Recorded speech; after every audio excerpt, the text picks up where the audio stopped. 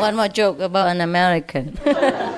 uh, One time, there was a leader in Russia who met one of the leaders, maybe minister of some kind. And then they talk about the economy. Both of the economy ministers met somewhere, maybe in Moscow, New York, who cares? Yeah.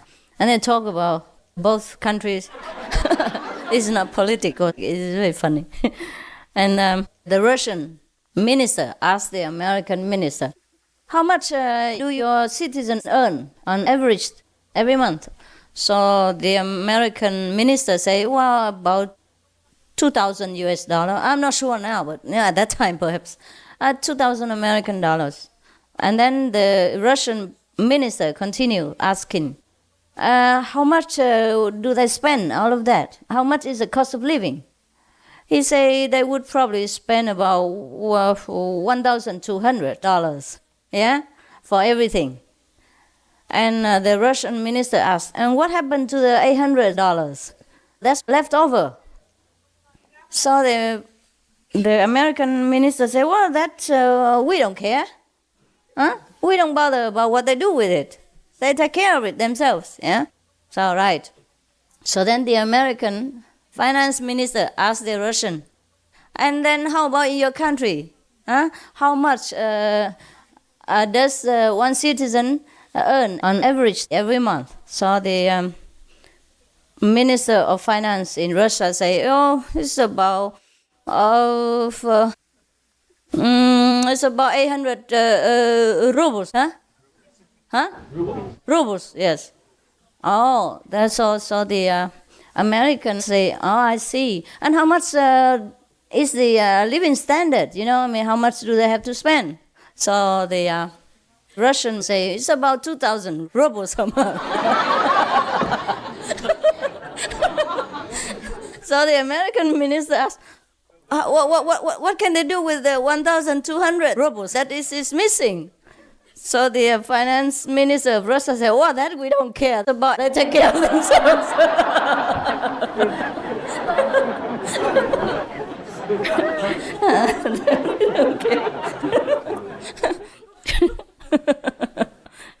They also respect the freedom of privacy.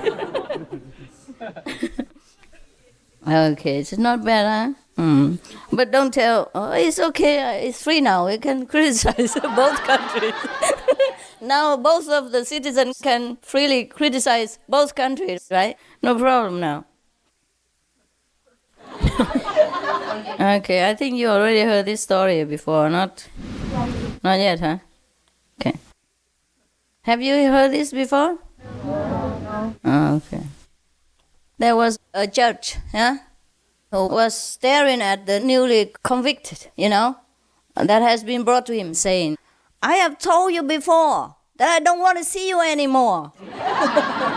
Last time I told you that I have had enough of you. I never want to see you here again. Didn't you understand?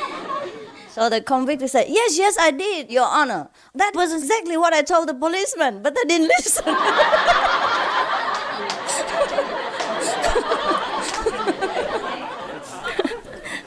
They still brought me.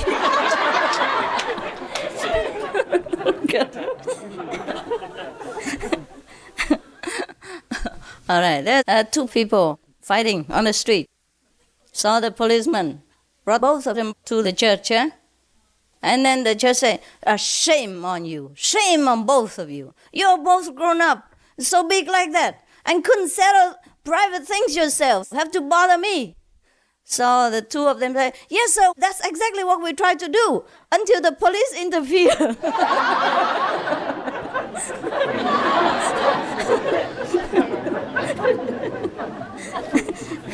Very good, huh?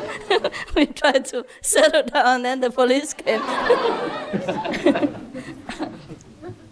All right. There was a teacher of the kindergarten trying to make acquaintance with the students, new ones, new children. So she asked one of the small girls, now then, welcome, how are you? Everything's fine, okay. Now, what does your father do? And And the kid said, oh, very simple. He does whatever my mother tells him.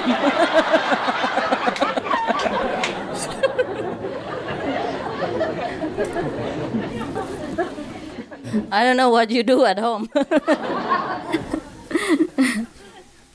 Here you do what the master tells you. At home you do what your wife tells you. Very, very nice. Okay. There are some stories I already told you, but it's so nice. Just for today, huh?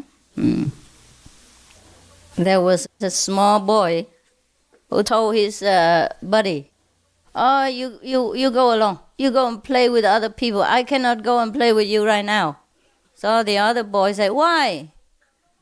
And the first boy said, "I have to stay home and help my father to do my homework."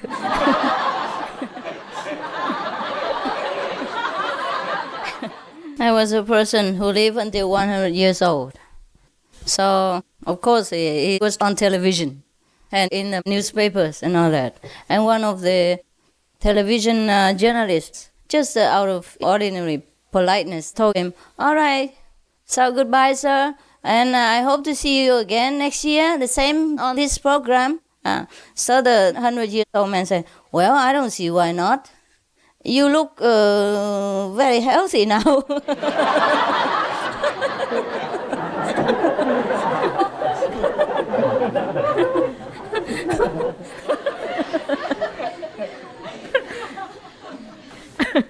I don't know who will see whom.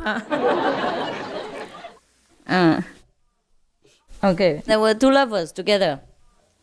After he took her to see the movie, and he took her to his house and drank tea and all that. And then he told her, "Well, I'm not as rich as Jack Canfield, but I love you with all my beautiful heart. I don't have a summer yacht like Jack Canfield, and I don't have a private jet either, and I don't have a big villa in Beverly Hills, but I love you with all my power, that you can imagine." All right, then the girl said, "Well, I love you too very much, but please tell me where Jack Canfield lives."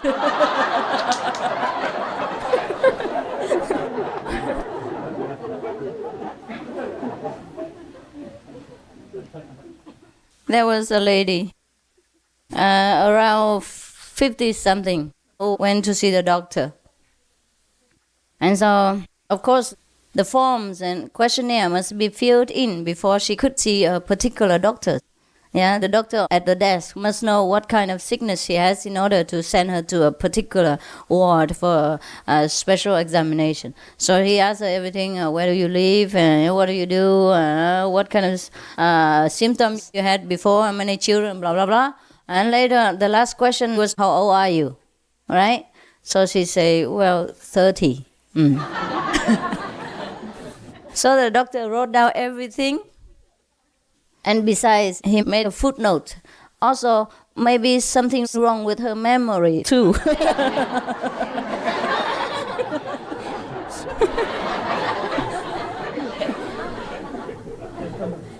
Two secretaries talked together at lunchtime. And the first one kind of chided the second one, saying, "You always think about money. Money, money, money, every time. Can't you think about anything else?" Well, the second one, feeling a little embarrassed, said, "Well, of course I think about boys too." But of course, boys with money.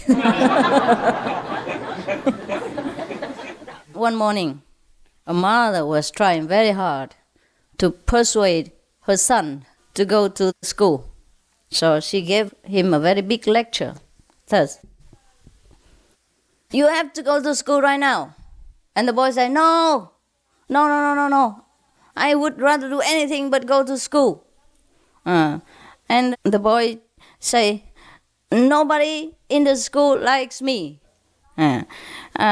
All the teachers don't like me. And all the students make me fed up to here. And the one who drives the bus, he dislikes me very much. And the district chief wants to transfer me to another school. Even the one who stands guard at the door hates me also. Today I really had enough. I don't want to go to school. And the mother say, you must. You are strong. You are grown up.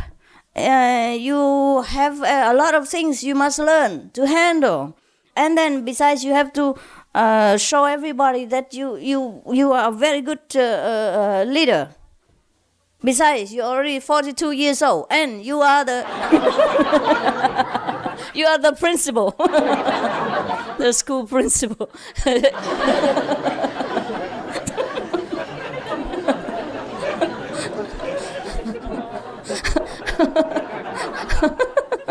Why are you laughing? Huh? Why are you laughing? Huh? What? Yeah, because you were thinking he was the student. That was a school principal. Yeah, that's why the jokes are funny. There was a girl who rushed out to answer the doorbell. And then there were two men standing there. And she asked them, what's the matter? Why did they want to enter her house? And so they say, well, we came to tune your piano. And the woman said, but I didn't call you. And they say, but your neighbors did.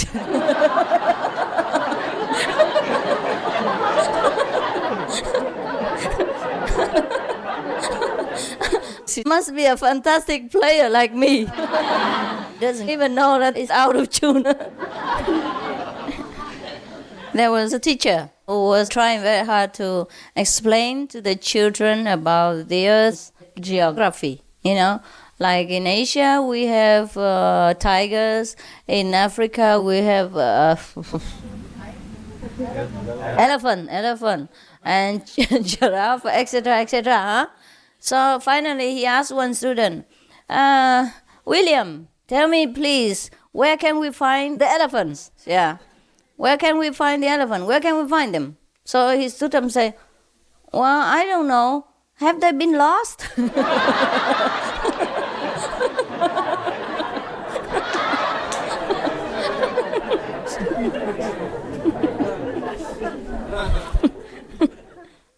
There was one person who was dying with his toothache and was crying and whining so much, and he thought he was dying. So his friend asked him, what's the matter? So he said, well, my tooth is killing me. And then he asked his friend, there's so much pain. Do you know what to do? In your case, what would you do to ease this terrible toothache?